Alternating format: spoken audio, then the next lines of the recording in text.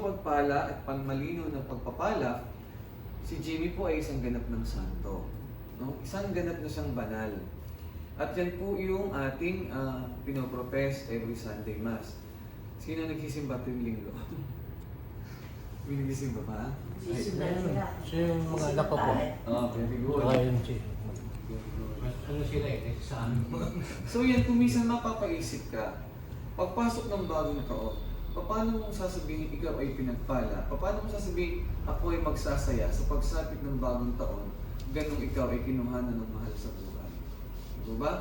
So, kaya kung may tinatawag tayong sadness, kalungkutan, kaligayahan, itong binigay sa atin ng Panginoon, binibigyan tayo ng kalungkutan, baka sumusobra na kasi mga saya natin everyday. No? Well, hindi naman ho, kinuha si Jimmy para kayo bigyan ng kalungkutan. Ano? Hindi naman po. Kinuha si Jimmy para ipaalala rin po sa lahat.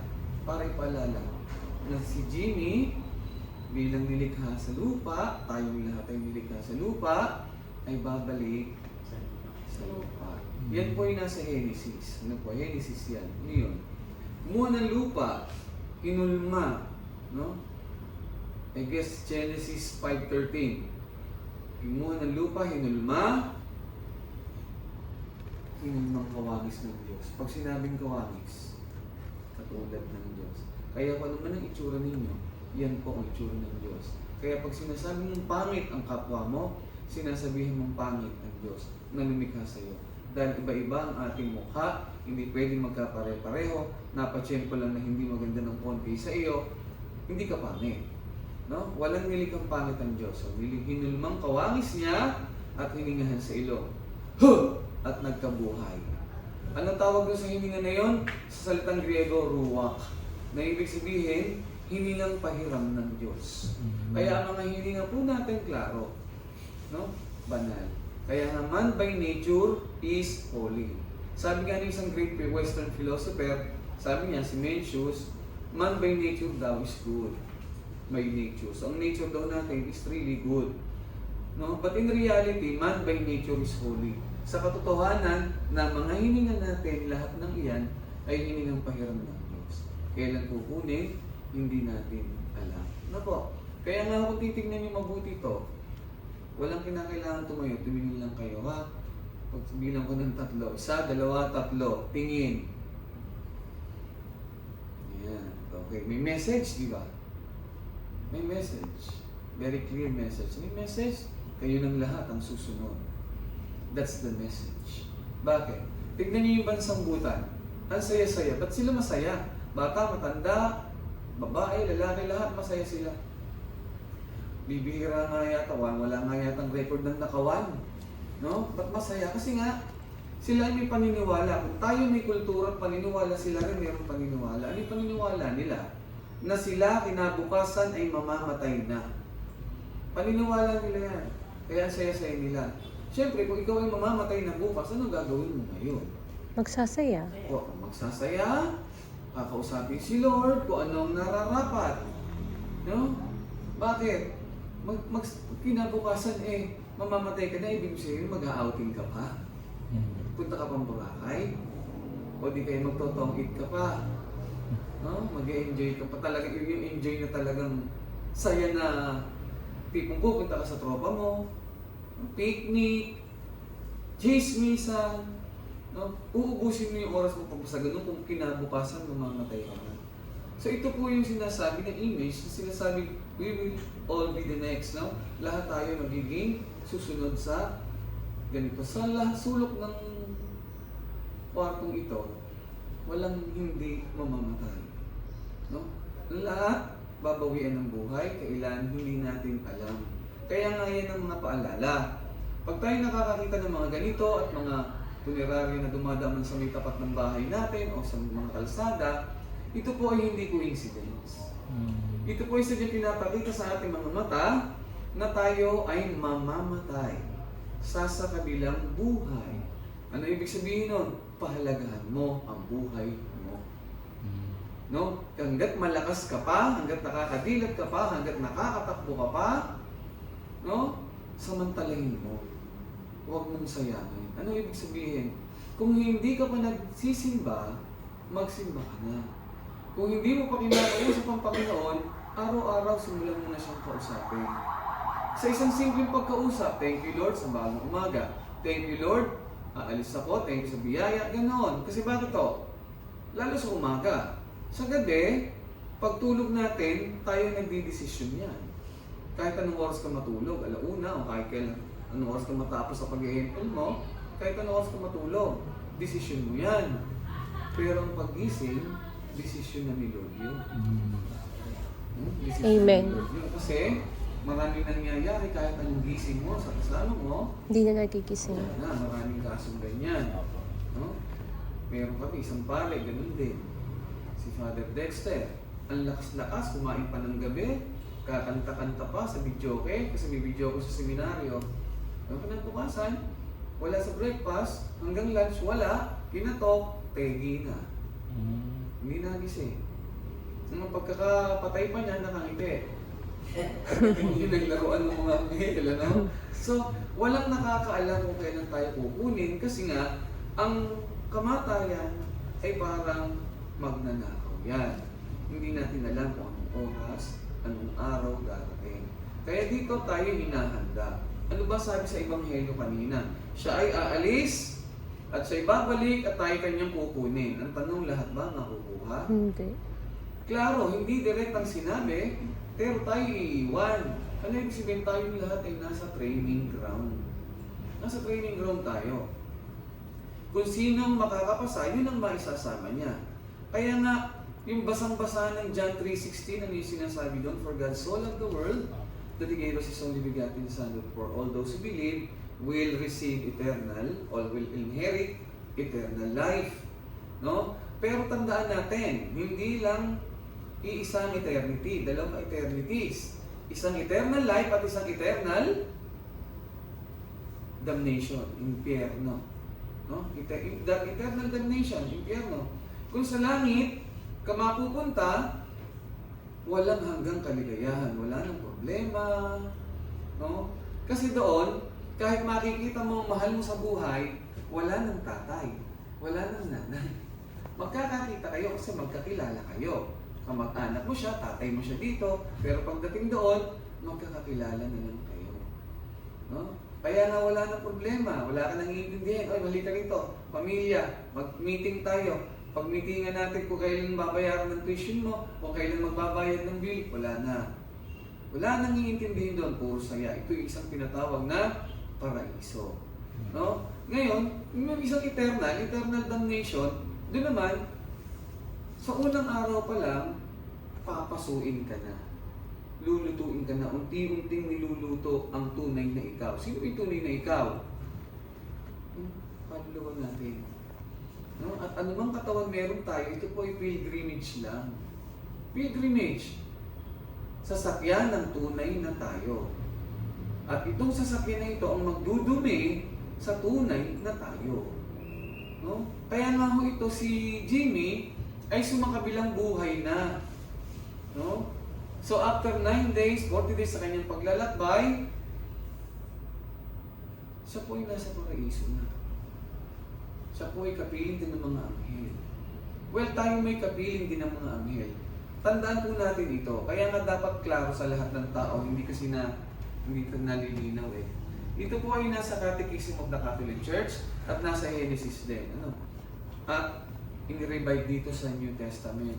Na sa bawat misa, sa bawat pagganap ng pagtitipon sa sinagoga o templo, nung panahon na yon, pero ngayon ang tawag sa atin simbahan, sa kanila ng templo at sinagoga. Sa bawat pagmimisa, pagtitipon, ay hindi lang tayo ang nandito. Nandito siya, nandito ibang kaluluwa na naggagala dyan, andito ang lahat ng anghel. Bakit? Nandito ang anghel kasi bakit? Ibinababa ng Panginoong Jesucristo ang langit kada misa. Kaya kung kayo ay a-attend ng isang oras sa misa, isang oras ko kayong nasa langit. Bakit to? Hindi natin nakikita ang mga kasama natin dito. Maski ako sa seminaryo, kaming mga pare, kayo may magsimba, kayo wala, tuloy ang misa dahil may uma-attend. Sino ho ba yung tatanggapin natin mamaya? Kung si Mama Mary nagdalang tao, nagdalang Diyos sa kanyang tiyan, dinala niya yung Diyos for 9 months, mamaya magdadalang Diyos din kayo. Kaya nga tinanong ko, sino ang magpupumunyon? 5. 5 ang magdadalang Diyos mamaya. Mahalaga ho yun. Bakit? Kapag ikaw ay nagdalang Diyos, nasa iyo ang katawan ni Kristo, gagabayan ka. May gabay ka. Saan ka man magpunta, ano man mangyari sa iyo, yung tunay na ikaw ay may hahawak sa iyo. Hindi ka maliligaw. Kasi marami na nagsasabi ng mga namatay at nabubuhay, ang dami niyan. May kilala siguro kayo, o nakita niyo sa YouTube, namatay, nabuhay, pinapaliwanag nila yung kadiliman. Wala silang makita. No? Pero kung ikaw ay magdadasal, ang klarong-klaro makikita mo yung linaw. Kasi wala kang dasal, buong buhay mo puro sa'yo. Ipapakita sa iyo buong dilim pag ikay nawala. Tandaan po natin ito, hindi yan natin hawak ang ating buhay. Kaya nga may kantang hiram sa Diyos eh. No? Hiram sa Diyos ang ating buhay. No? Kaya nga, klaro itong nililinaw sa atin. Maging klaro tayo. Ang impyerno, nilikha para sa demonyo. No? Nilikha para sa demonyo, hindi para sa tao. Ngayon, kung mapupunta ka sa impyerno, hindi ka pinarusahan ng Diyos. Kasi karaniwan yun sa mayaman at sa pulube, si Lazaro, namatay yung mayaman. Ano sabi ng mayaman? Lord, bakit ako nandito sa impyerno? Wala naman akong ginawang masama. Ano sabi ni Lord? Ano sabi niya? Sabi niya, oo, wala kang ginawang masama. Pero nagpadala ako sa iyo para gumawa ka ng mabuti, wala ka namang ginawa. Wala kang ginawang masama, wala ka rin ginawang mabuti. Kung matatandaan niyo yung moment na yon, sa sitwasyon na yon, sa isang pulube na pumunta sa mayaman at namamalimos, humihingi ng mga butil-butil ng pagkain, hindi niya binigyan. Pero ang yaman-yaman niya. Ngayon, ang pangalan ng pulube, Lazaro. Nasa Biblia na Lazaro. Siguro narinig niyo na itong issue na ito, si Lazaro, pulube, pumunta doon sa mayaman at gustong makikain. Puro sugat itong pulube. Kung i-research niyo yung pangalan Lazaro, alam niyo meaning, God saves. So kaya pag kayo may nakikitang pulube, kahit hindi nakatingin sa inyo, mas the best puntahan niyo. Tinapay, pagkain, o konting halaga, pangkain, bigay ni Lord. O liling sa iyo yan. Makikita niya sa iyo, si Lord. Ano man, puro ka man kasamaan, sugal, babae, ano man ang pinaggagawa mo, may tinulungan kang pulube, may nagawa kang mabuti. Yun ang gusto ng Diyos. Amen. At yun ang ginagawa ng Diyos sa atin. Nagpapadala siya ng mga taong tutulungan natin. Nagpapadala siya ng mga taong pulube sa mga mata natin. Tandaan niyo mga bawat nakikita natin ay hindi coincidence. Ngayon, may nakita kang pulube, lumapit na sa iyo, ayaw pang bigyan, nasasabihin mo, ay, sa sindikato yan. Pagtulungan yan, sa sindikato yan. Palalakihin mo lang ang sindikato. Aminin mo na totoo, maramot ka. No? Maramot ka. Huwag mo nang idahilan ng sindikato. No? Huwag mo nang idahilan na baka kung saan niya lang gastusin niya. Baka dali niya lang yan sa droga. No? Tandaan natin ito, nagbibigay ang Diyos sa atin para tayo gumawa ng mabuti at yung mabuting gagawin natin na yun ang panghahawakan niya para huwag kang mapunta sa impyerno. Ngayon, kung puro kasamaan na ginagawa mo, maramot ka pa, napunta ka sa impyerno, huwag kang sasabihin, Lord, ba't mo ako pinurusahan? Huwag mong kukwestiyonin. Pinurusahan mo ang sarili mo. Ikaw ang nagdesisyon na pumunta sa impyerno. Kung totoo ang Diyos, totoo ang langit, totoo ang impyerno. Kung may biyaya ang Diyos, may biyaya din ang demonyo. Kaya pag ikaw'y nanalo sa loto, nanalo sa wedding, nanalo sa tong-its, huwag mo sasabihin na, Lord, thank you. Nanalo ako sa tong-its, mukhang swerte ko ngayon. Ha? Hindi ho biyaya ng Diyos yan. Biyaya yan ng demonyo. Dahil hindi normal sa tao ang magsugal. Ang gusto ng Diyos, mabuhay ng masaya, malaya, hindi nagugutom, nagmamahalan. Wala siyang sinabing, magsaya kayo ha, magsugal kayo para masaya lahat. Walang ganun. No? Kaya ho parating nililinaw sa atin ito na siya ay umalis at siya babalik tayong kukunin. So may pagkakataon na tayo ay mga nalalabuan, nalilito. Binigay naman si Santo Tomas. Narinig niyo sa salita ni Santo Tomas? Ang sabi niya, Panginoon, paano namin malalaman ng daan hindi naman namin alam kung saan ka pupunta? Ano ibig sabihin nun? Pwede niyong questionin si Lord sa pamamagitan ng dasal. Lord, puro na lang problema. Ano ba to? Bakit ba binigay mo pa sa amin ng demonyo? Diyos ka naman.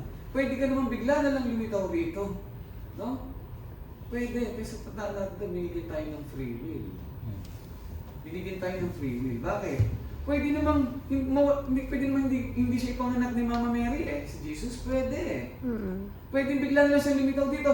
Boom! Hello, I'm God. Pwede naman sabihin ganyan Kumusta kayo? Ako'y Panginoon. O ngayon, syempre, yung free will mo, ano nang gagawin mo? Ay, si Lord to. Dito tayo kay Lord. Wala na. Dayaan na. Scam na. No? Kaya tayo binigyan ng free will, pinadaan kay Mama Mary ang Diyos para ang Diyos na kanyang anak ay makapanahan sa tao at maging Diyos. No? Ngayon, pinapakita ni Jesucristo ang tunay na tao. Pinakita niya ang tunay na tao. Ano yung tunay na tao? Hindi nagagalit. Mapagmahal. Panay pangaral. Panay paalala. Mapagpatawad. Pero mapagpatawad, mapagmahal, bumubuhay ng patay, papagaling lahat ng uri ng sakit. Ngayon, kung sisisihin mo sa kanya, ikay nagkasakit, sasabihin mo, Lord, kung kaloob mo tong cancer, ay taos puso kong tatanggapin. Nilalapastangan niyo si Lord dahil nga siya ay nagpapagaling Kung nagkasakit ka man, dala yan ang kasalanan mo. Pakakatandaan natin ito. No? Pakakatandaan natin. Walang sakit, lahat ng sakit, no? Anumang uri ng sakit, ito ay sanhi ng inyong kasalanan. Kasalanan na produkto ng demonyo. Kaya hindi nga tayo lulubayan ng demonyo kasi ang hininga natin ay hiningang Panginoon ng Diyos. Ang imahe natin ay imahe ng Diyos. Kaya gagawin paraan niya, aakbayan ka niya para mapalayo ka sa presensya ng Diyos. Pakakatandaan natin ito, maging aware po tayo. At yan ang sinabi ni San Pedro. Stay sober and alert. Your opponent, the devil, is prowling like a roaring lion looking for someone to devour. Resist him solely with your faith. Si San Pedro nagsabi niyan. Bakit? Kasi maging siya, St. Peter himself, ay ilang ulit ho siyang inatake ng demonyo. At dahil doon siya ay nagpapaalala sa ating lahat. No? Yung si Elizabeth, hindi niya makita sa nakala niya may kumuha sa katawan ni Jesus sa libingan. Kanino siya tumakbo? Tumakbo siya, lumapit kay San Pedro. Sino ba si San Pedro? Si San Pedro ang iniwanan ni Jesus sa lupa na kung sino ang patatawarin mo sa lupa, patatawarin sa langit. Kung sino hindi mo patatawarin sa lupa, ay hindi patatawarin sa langit. Sino ba si Peter? First Pope. Second Pope, Pope Linus, Pope Letus.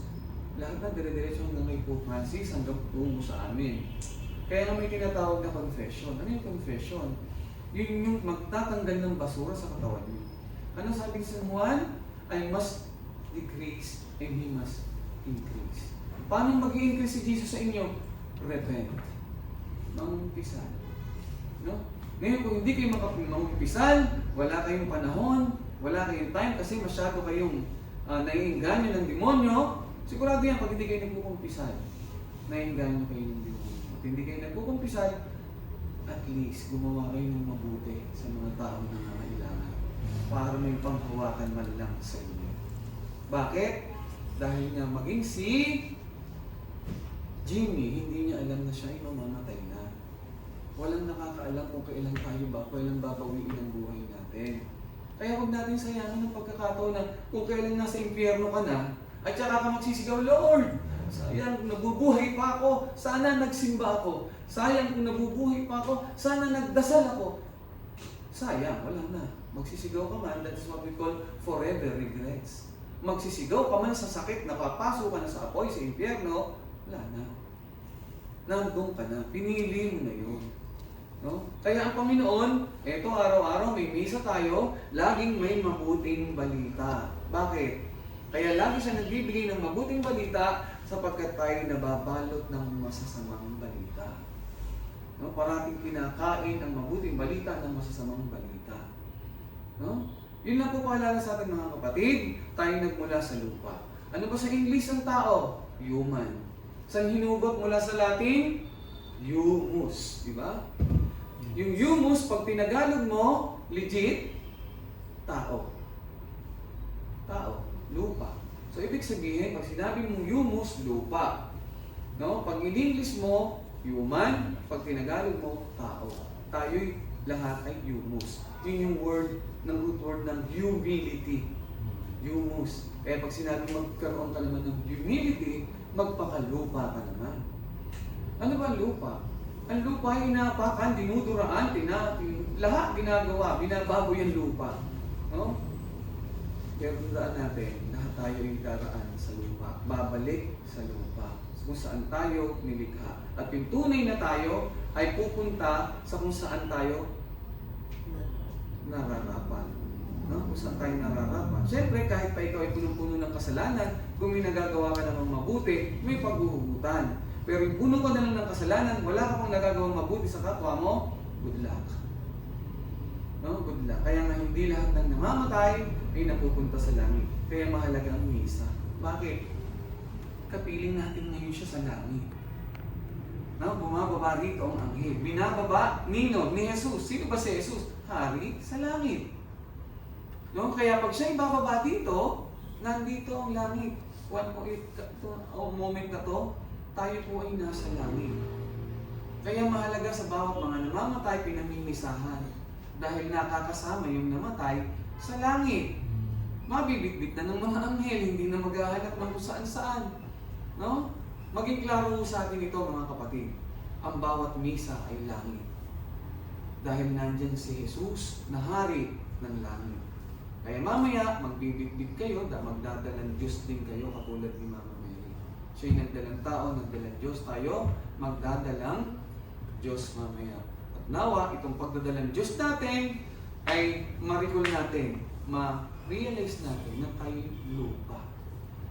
Mababa, walang pataasan. Ano man gano'n ka man kasikat, bagsak mo, lupa. Kaya ano tawag dito? Kung buhay ka pa, hanggat buhay ka pa, magpatawad ka na. At pag-aralan mo na rin, humingi ng tawad nang wala kang bitbitin. Dahil ang pagpapatawad ay pagpapakumbaba. Tandaan natin ito. At lagi ko sinasabi sa huli ng aking homily, pag-uwi ninyo, pagkalibing, kailan po libing? Mamaya. So pagkalibing, usually, di uwi kayo, nangyayari ito. Most of the time, nangyayari ito. Pag-uwi, may mga kayo gumagalaw na table, umuuso. Yan. Tapos mga kayo, ayan, may cruise, lumilipad sa ere. Tapos electric pan, hindi naman nakasaksak, umiikot. Nangyayari to, pwedeng hindi, pero marami sa aming tawag, laging nangyayari to, kailangan namin puntahan at mag-insenso. Kasi nangyayari. Bakit po? Si Jimmy ay busy. Big-big ng mga anghel. Ano? Busy siya. Wala siyang time para magparamdam sa inyo. Ngayon, yung nagpaparamdam na yun sa inyo, bubuyuhin kayo. Hindi si Jimmy yun. Ha? Baka kala niyo baka masaktan si Tatay Jimmy. Baka si Tatay Jimmy. Hindi si Jimmy yan. 101% demonyo yun. Ngayon, ganito lang. Kung mabilis kayong tumakbo na kayo. Ngayon, kung marunong kayong magdasal, dasal ang magpapalay. Kaya nga kanina, resist him solely in your faith. Sino nagsabi sa San Pedro? Ang pananampalataya natin ang dudurog kay Satanas. Kung may pananampalataya ka. Amen. Amen. Manatili lang po kayo.